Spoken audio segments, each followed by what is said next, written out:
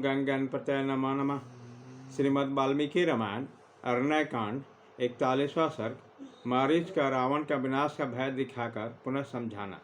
रावण ने जब राजा के भांति अर्थ से प्रतिकूल आज्ञा दी तो मारीच ने निशंक होकर राक्षस राज से कठोर वाणी में कहा, निशाचर, किस पापी ने तुम्हें पुत्र, राज्य और मंत्रियों सहित तुम्हारे विनाश का यह मार्ग बताया है? राजन, कौन ऐसा पापचारी है जो तुम्हें सुखी देखकर प्रसन्न नहीं हो रहा? किसने जुक्ति से तुम्हें मौत के द्वार पर जाने की सलाह दी है? निशाचर, आज यह बात स्पष्ट रूप से ज्ञात हो गई है कि तुम्हारे दुर्बल शत्रु तुम्हें किसी बलवान से बढ़ाकर नष्ट होते देखना चाहते हैं।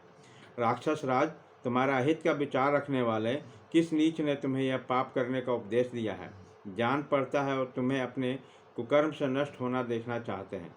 रावण, निश्चय ही वध के जोग तुम्हारे वह मंत्री हैं जो कुमार के आरूढ़ पर हुए तुम जैसे राजा को सब प्रकार से रोक नहीं रहे हैं, किंतु तुम उसका वध नहीं करते। अच्छे मंत्रियों को चाहिए कि जो राजा स्वेच्छाचारी से होकर कुमार पर चलने लगे उसे सब प्रकार से वो रोके।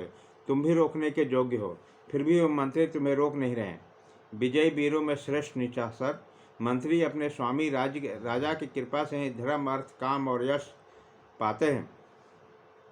रावण, यदि स्वामी की कृपा न हो तो सब व्यर्थ हो जाता है। राजा के दोष से दूसरे लोगों का भी कष्ट भोगना पड़ता है। विजयशील में श्रेष्ठ राक्षस राज, धर्म और यश प्राप्ति का मूल कारण राजा ही है, अतः सभी अवस्थाओं में राजा की रक्षा करना चाहिए। रात्रि में विचरने वाले राक्षस, जिसका स्वभाव अत्यंत तीखा हो, जो जनता के अत्यंत प्रतिकूल चलने वाला और उदंड हो, ऐसे राज्य की रक्षा नहीं हो सकती। जो मंत्र तीखे उपाय का उपदेश करते हैं वे अपनी सलाह मानने वाले उस राजा के साथ ही दुख भोगते हैं। जैसे जिसके सारथी मूर्ख हो, ऐसे रथ ऊंची नीची भूमि जाने पर सारथी के साथ ही संकट में पड़ जाते हैं। उपयुक्त धर्म का अनुष्ठान करने वाले बहुत से साधु पुरुष इस जगत में दूसरे के अपराध से परिवार सहित नष्ट हो गए। रावण, प्रतिकूल बर्ताव और तीखे स्वभाव वाले राजा से रक्षित होने वाले प्रजा उसी तरह बुद्धि को प्राप्त होती है जैसे गिद्दड़ या भेड़िए से फालित होने वाली भेड़ें। रावण, जिसने तुम्हें क्रूर, दुर्बुद्धि और जितेंद्रिय राजा हो, वे सब राक्षस अवश्य नष्ट हो जाएंगे। काकतालीय न्याय के अनुसार तुम मुझे अकस्मात ही घोर दुख प्राप्त हो गया। इस विषय में तुम मुझे शोक के योग्य जान पड़ते हो, क्योंकि सेना सहित तुम्हारा नाश हो जाएगा। श्री रामचंद्र जी मुझे मारकर तुम्हारा ही शीघ्र वध कर डालेंगे। जब दोनों तरह से मेरी मृत्यु निश्चित है, तब श्री राम के हाथ से होने वाली जो मृत्यु है उसे पाकर मैं कृत्य हो जाऊंगा, क्योंकि शत्रु के द्वारा युद्ध में मारा जाकर प्राण त्याग करूंगा।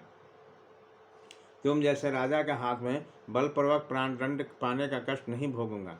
राजन, ये निश्चित समझो कि श्री राम के सामने जाकर दृष्टि पड़ते ही मैं मारा जाऊंगा, और यदि तुमने सीता का हरण किया तो तुम अपने बंधु बांधवों सहित मरा हुआ ही मानो। यदि तुम मेरे साथ जाकर श्री राम के आश्रम में सीता का अपहरण करोगे, तब न तो तुम जीवित बचोगे और न मैं ही। न लंकापुरी रहने पाएगी और न वहाँ के निवासी राक्षस हैं। निशाचर, मैं तुम्हारा हितैषी हो, इसलिए तुम्हें पाप कर्म से रोक रहा हूँ, किंतु तुम्हें मेरी बात सहन नहीं होती। सच है, जिसकी आयु समाप्त होती है वे मरणासन पुरुष अपने सुहृदों को कही हुई हितकर बात नहीं स्वीकार करते हैं। इस प्रकार श्री वाल्मीकि निर्मित आर्ष रामायण आदि काम अरण्य कांड में 41वां सर्ग पूरा हुआ।